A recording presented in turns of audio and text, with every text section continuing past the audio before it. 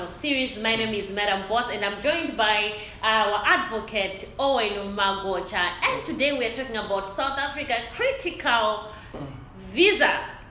Yes, and welcome, advocate. Thank you so much, Madam Boss, for having me, and greetings to all our viewers and listeners. Last week, on our last episode, we had you talk about critical skills. What is critical skills? Okay.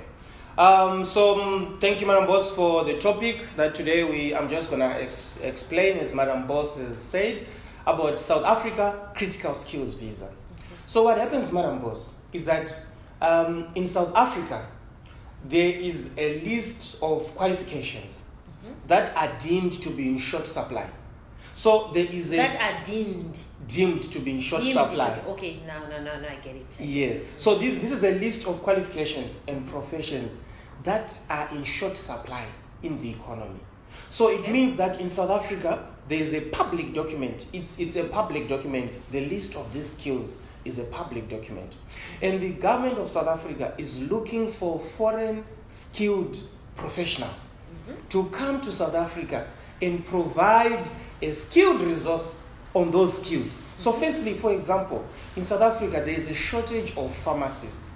So the government of South Africa is saying, if you are a qualified pharmacist from any country in the world, you are welcome to come to our country and you can apply for a critical skills visa. You can be a medical doctor. You can be an artisan. You know, artisans talk about your boiler makers, talk about your electricians, talk about your feet antennas. I cannot exhaust the whole list, but there's a very long list of people that are needed in South Africa. Now, the starting point for anyone to qualify on this visa is that, do you have the critical skills that are needed in South Africa? Exactly my question. That's exactly what I wanted to ask. Yes. You know, as an advocate, he is always forward. Anyway, continue. What are the... So if you have these critical skills, remember we said we can do an assessment. Yeah. If you contact us, if you can send us an email, or you can fill in our contact form on our website, we are able to assess your eligibility if you have critical skills visa, if you have critical skills qualification. Yeah. Let's say you have the critical skills. The first starting point is to find out, where did you study?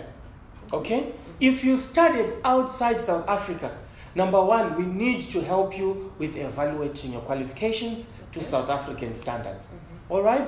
After we have done that, the second point is now to find the appropriate regulatory bodies that governs your industry. For example, Madam Boss, we are giving the example of a pharmacist. So let's say you are a pharmacist from Zimbabwe. So the first starting point, you want to find out, did you do your pharmacy at UZ or you did it in South Africa? If you did it at UZ, so we first evaluate your qualifications. And then number two, we want to make sure you also join the Pharmacy Council of South Africa so that you are registered to practice as a pharmacist in the country. Okay. The third point is we want to find out, do you have a job offer? Or if you don't have a job offer, it's still fine. We can assist you with applying without a job offer. Okay. So there is a process that we walk through with each and every client. Sometimes it takes long for other people. Sometimes it's quicker for other people, because it depends with the bodies that we are taking through, the qualifications authorities that we go through. Okay. But it's a process, but you are in good hands. Okay. Because with the team at Mimshac, that's why they come in. You don't have to worry about the documents that are needed. How do you go about the process? So they do everything for you, and they work with you throughout the entire process. Maybe another question before you jot into another discussion. Does this apply to every Zimbabwean? These critical skills apply to every national from all over the world, not just from Zimbabwe. Is it for free, or we pay like if you want to, if you are applying? Okay, so what happens is, with Mimshac International, we do an assessment first. If you do qualify, then our team will send you a proposal. To say, look, this is a proposal. And in this proposal, you are going to find all the costs that are involved. You also find the estimate timelines that are involved. The reason why I say estimate timelines is because the visas are adjudicated by the Department of Home Affairs. So as much as we visas are adjudicated to the Home Affairs. In other words, they are processed by the embassies, the missions abroad, and also Home Affairs. So it is their discretion to process the visa within a timeline that is possible with them. So firstly, the timelines are estimate because it depends on how the Home Affairs is operating, how the embassy is operating. But we cannot always commit to say it's going to be 1 week because, you understand we are living in interesting times. Home Affairs is operating with short staff and there are issues of backlogs with different embassies worldwide. So we always caution our people to exercise patience during this difficult time. But our team is able to do your eligibility, they are able to evaluate your qualifications, they are able to do your registration with different bodies, then they are able to prepare your application. They are able to draft all the required documents with you. They are able to submit the application with you. They are able to collect the application outcome for you. Should there be a rejection, for any reasons whatsoever, we have our team that is exactly able. My other question. You see, as an advocate, is always forward. Is there any possibilities of rejection?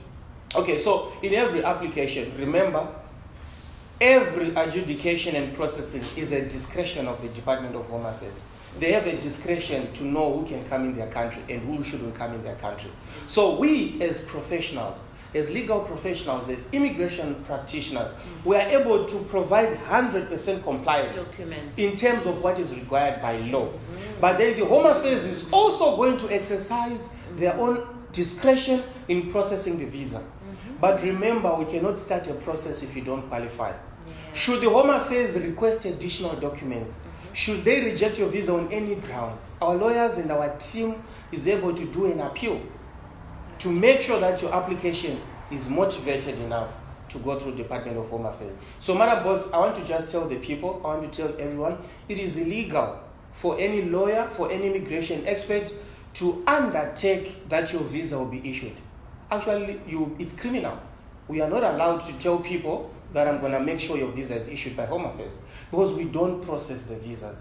But we guarantee you 100% compliance with what is required by law.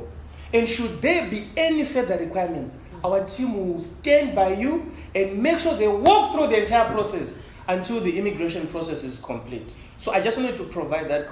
Most people, they come and they say, are you sure I'm going to get the visa? We'll tell you, we guarantee you 100% compliance by law because everything is guided by the Immigration Act of South Africa. And we are there to make sure everything is in compliance. Yes, Mike Sambanoti Chivaka Anzi Chunzi. Thank you so much. This information is actually helping me. You are helped now. At least inda kumimshac ndakabata zvinhu zvangu zvakakwana. Vano qualify you know that you can qualify. If you don't qualify, we assess for them. We can send their qualifications and they do a free assessment to know if they do qualify.